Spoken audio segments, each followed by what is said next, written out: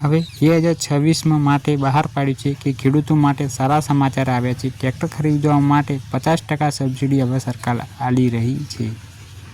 Tractor subsidy યોજના 2026 કેન્દ્ર સરકારની એવી યોજના છે ખેડૂતોના નવા ટ્રેક્ટર ખરીદવા માટે 20% થી 50% સુધીની સબસિડી આપવામાં આવે છે. એટલે કે ટ્રેક્ટર સંપૂર્ણ કિંમત ખેડૂતની પોતાના જેબમાંથી ચૂકવવાની જરૂર રહેતી નથી.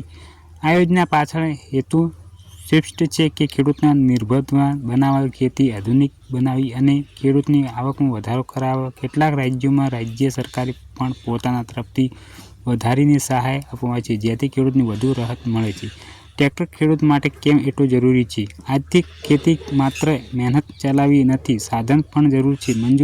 મજૂરી મોંઘી થઈ ગઈ છે. આ સમય ઓછા અને પાકનો નિર્ભર વધી ગયો છે. ટ્રેક્ટર ખેડૂતને સમય બચાવવાની તક આપે છે, ખર્ચ ઘટે છે અને ઉત્પાદન વધારી શકે છે. ટ્રેક્ટર આ યોજના ખેડૂતને સહાય આપી માત્ર ટ્રેક્ટર ખરીદવાનો હેતુ નથી રાખતી. સરકારની ઈચ્છા છે કે ખેડૂત ટેકનોલોજી મજબૂત બને, ખેતી સ્માર્ટ બને અને ગામડાના આગળ વધે.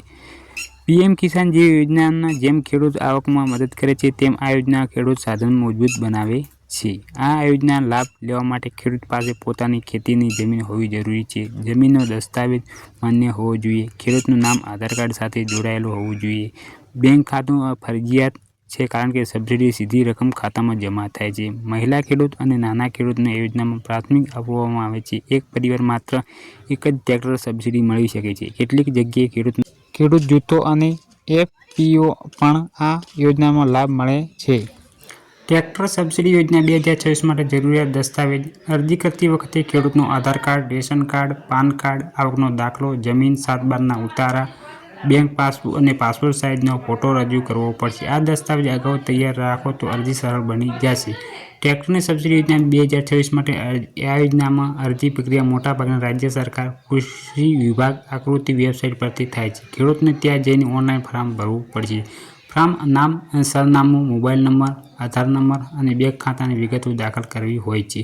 ત્યારબાદ જમીનના દસ્તાવેજ અને ઓળખાણ પુરાવાની નકલ અપલોડ કરવી પડશે. બધી માહિતી ચકાસ્યા પછી ફોર્મ સબમિટ કરવું હોય છે. સબમિટ કર્યા બાદ ખેડૂતને અરજી રસીદ મળશે. કૃષિ વિભાગ અરજી તપાસ કરે છે કે ખેડૂતનો લાયક ઠેર છે કે તે સબસિડી રકમ સીધી બેંક ખાતામાં ટ્રાન્સફર થાય છે. કેટલાક રાજ્યોમાં શેર સેન્ટર દ્વારા પણ અરજી કરવાની સુવિધા આપવામાં આવેલી હોય છે.